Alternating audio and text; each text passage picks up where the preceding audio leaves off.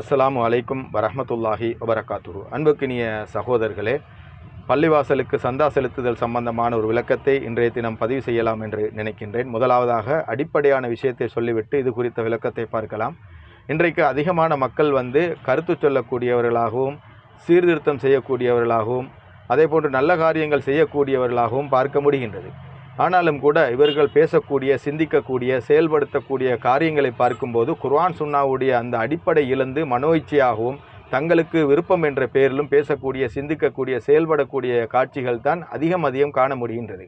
முதலாவதாக ஒன்றை புரிந்து கொள்ள வேண்டும். அடிப்படை இழந்து செய்யக்கூடிய அனைத்து காரியங்களும் ஒரு குறிப்பிட்ட காலத்திலே செயலிழந்து போகும்.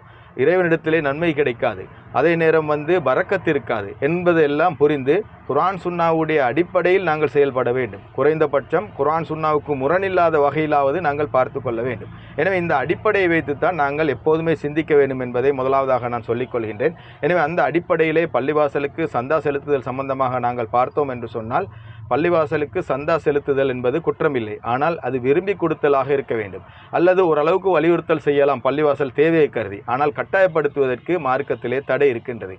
நீங்கள் பார்க்க வேண்டும், இன்றைக்கு பல பள்ளிவாசலிலே சந்தா செலுத்தவில்லை என்று சொன்னால் நாங்கள் ஜனாசாவை நல்லடக்கம் செய்ய மாட்டோம், அதே போன்று திருமணங்களில் நாங்கள் கலந்து கொள்ள மாட்டோம், அதுபோன்று குர்பானி பங்கீடு உங்களுக்கு கிடைக்காது, பள்ளிவாசலில் நடக்கக்கூடிய தவறுகளை நீங்கள் சுட்டி காட்டக்கூடாது என்றெல்லாம் சில பள்ளிவாசலிலே சிலர் கருத்து சொல்லக்கூடியதை பார்க்கின்றோம். உண்மையிலே இது குர்ஆன் சுன்னாவுக்கு முழுமையான முரணான வாதங்கள். அதாவது நபிகளாருடைய காலத்தை நாங்கள் எடுத்துக்கொண்டால் அன்றைய காலத்திலும் பள்ளிவாசல் நிர்வாகங்கள் நடந்தது. ஆனால் நபி ஸல்லல்லாஹு அலைஹி வஸல்லம் அவர்கள் மக்களிடத்திலே கட்டாயப்படுத்தி தர்மங்களோ சந்தாவோ வாங்கவில்லை. நபி ஸல்லல்லாஹு அலைஹி வஸல்லம் எப்படி நிர்வாகம் செய்தார்கள் என்று சொன்னால், தர்மங்களை வைத்தும் அதே போன்று ஜகாத் என்று சொல்லக்கூடிய அந்த பொருளாதாரத்தை வைத்துத்தான் பள்ளிவாசலை நிர்வாகம் செய்தார்கள், மக்களுக்கு தர்மம் கொடுத்தார்கள். அப்போ ஜகாத்தை பொறுத்த வரைக்கும் 8 கூட்டத்தாருக்கு அல்லாஹு தாலா குர்ஆனிலே அடையாளமிட்டு சொல்லியிருக்கின்றார். அதிலே 7 கூட்டத்தார் தெளிவாக சொல்லப்பட்டிருக்கின்றது. ஒரு கூட்டத்தார் யார் என்று சொன்னால் ஃபீ சபீலில்லாஹ். அப்போ ஃபீ சபீலில்லாஹ் என்று சொன்னால் அதிகமான அறிஞர்கள் வேறு கருத்து சொன்னாலும் கூட இந்த ஃபீ சபீலில்லாஹ் என்பதற்கு குர்ஆன் சுன்னாவின் அடிப்படையிலே நாங்கள் பார்த்தோம் என்று சொன்னால் எல்லா நல்ல காரியங்களுக்கும் அது பொருந்தக்கூடியது. முஸ்லீம் அல்லாதவருக்கு கூட அதிலிருந்து கொடுக்கலாம் என்பதுதான் அதனுடைய அர்த்தம்.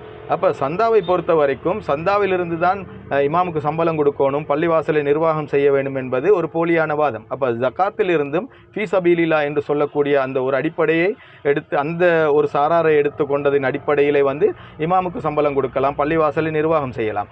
அதே நேரம் அந்த 8 கூட்டத்தாரிலே 7 கூட்டத்தாருக்கு கொஞ்சம் கூடுதல் அழுத்தம் கொடுக்க வேண்டுமே ஒழிய இந்த ஃபீ சபீலில்லாஹ் என்று சொல்லக்கூடியதில் பொதுவான காரியங்கள் அடங்குவதால் பள்ளிவாசல் நிர்வாகம் செய்வதற்கும் அதை பயன்படுத்தலாம், தர்மத்தையும் பயன்படுத்தலாம். ஆனால் நாங்கள் இன்றைக்கு என்ன பார்க்கின்றோம் என்று சொன்னால், சந்தா கொடுப்பது கட்டாயம் என்று வைத்திருக்கின்றார்கள். அப்போ சந்தாவை பொறுத்த வரைக்கும் விரும்பி கொடுத்தல் என்ற ஒரு அடிப்படை இருப்பது, கியாமத்து நாள் வரைக்கும் அந்த வாசல் திறந்திருப்பது குற்றமில்லை. கட்டாயப்படுத்துவீர்கள் என்று சொன்னால் அதற்கு காரண காரியங்கள் பொருந்த வேண்டும். எப்படி பொருந்த வேண்டும் என்று சொன்னால், செல்வந்தர்கள் யாருமே தர்மம் கொடுப்பதில்லை, அல்லது அவர்கள் ஜகாத் கொடுப்பதில்லை, பள்ளிவாசலில் எந்த விதமான வருமானமும் இல்லை, எனவே இமாமுக்கு சம்பளம் கொடுக்கணும், பள்ளிவாசலை நிர்வாகம் செய்ய வேண்டும்.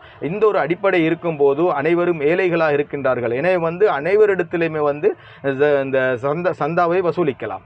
அது செல்வந்தர்களாக இருந்தாலும் சரி, ஏழைகளாக இருந்தாலும் சரி, பள்ளிவாசலை நிர்வாகம் செய்வதற்கு பொருளாதாரம் இல்லை. அந்த ஒரு கட்டம் இருந்தால் கட்டாயம் வரும். அப்படி இல்லாத பட்சத்திலே நீங்கள் உங்களுடைய பள்ளிவாசலிலே சந்தா இந்த ஜகாத் இருக்கின்றது, பொருளாதாரம் திரளுகின்றது, அதே போன்று பள்ளிவாசலுக்கு வருமானம் இருக்கின்றது, பேங்க்ல டிபாசிட் இருக்கின்றது என்று சொன்னால் அவர்கள் சந்தாவை கட்டாயப்படுத்தி வாங்குவது என்பது பிழை. இன்றைக்கு பார்க்கின்றோம், அதிகமான பள்ளிவாசலிலே பேங்க்ல டிபாசிட் பண்ணி வைத்திருக்கின்றார்கள். ஆனால் அதை நாங்கள் தொடமாட்டோம். அது எதற்கு என்று சொன்னால், பொதுவாக கட்டிடம் வாங்க, பள்ளி நிர்வாகம் செய்ய, அப்படி என்று சொல்லி அவர்களாகவே ஒதுக்கி வைத்திருக்கின்றார்கள். பொதுவாக தரப்பட்ட பணம் மக்களுக்கு கஷ்டம் வரும்போது அதை நாங்கள் பயன்படுத்த வேண்டும். உண்மையிலே பொருளாதாரத்தை பொறுத்த வரைக்கும் டெவலப் ஆகுவது மார்க்கத்திலே தடையில்லை. ஆனால் அது இரண்டாம் கட்டமாக இருக்க வேண்டும். முதல் கட்டமாக மக்களுடைய அன்றைய தேவையைத்தான் நாங்கள் கவனத்தில் கொள்ள வேண்டும். எங்களுடைய சொந்த பிரச்சனையாக இருந்தாலும் அன்றைக்கு தேவை என்று இருக்கும்போது அதை நாங்கள் மறுத்துவிட்டு காலகாலத்துக்கு ஒரு தேவை இருக்கின்றது என்று சொல்லி அதை தொடாமல் அந்த பணத்தை வைத்திருப்போமா? இல்லை, தேவை வரும்போது எடுப்போம். அப்போ நாங்கள் பார்க்க வேண்டும், நாளை நடப்பது என்னவென்று நமக்கு தெரியாது. வமா தத்ரி நஃப்சும் மாதா தக்ஸிபு ஹதா, அதாவது நாளை என்ன சம்பாதிப்போம் என்பது எங்களுக்கு தெரியாது. அப்போ இப்படி இருக்கக்கூடிய ஒரு நிலையிலே நாங்கள் என்ன பார்க்க வேண்டும், அதாவது ஏழைகளுக்கு மக்களுக்கு உழைக்கும் தலமாகத்தான் பள்ளிவாசல் இருக்க வேண்டும். அதை விட்டு மக்களை கட்டாயப்படுத்தி சிரமப்படுத்தக்கூடாது.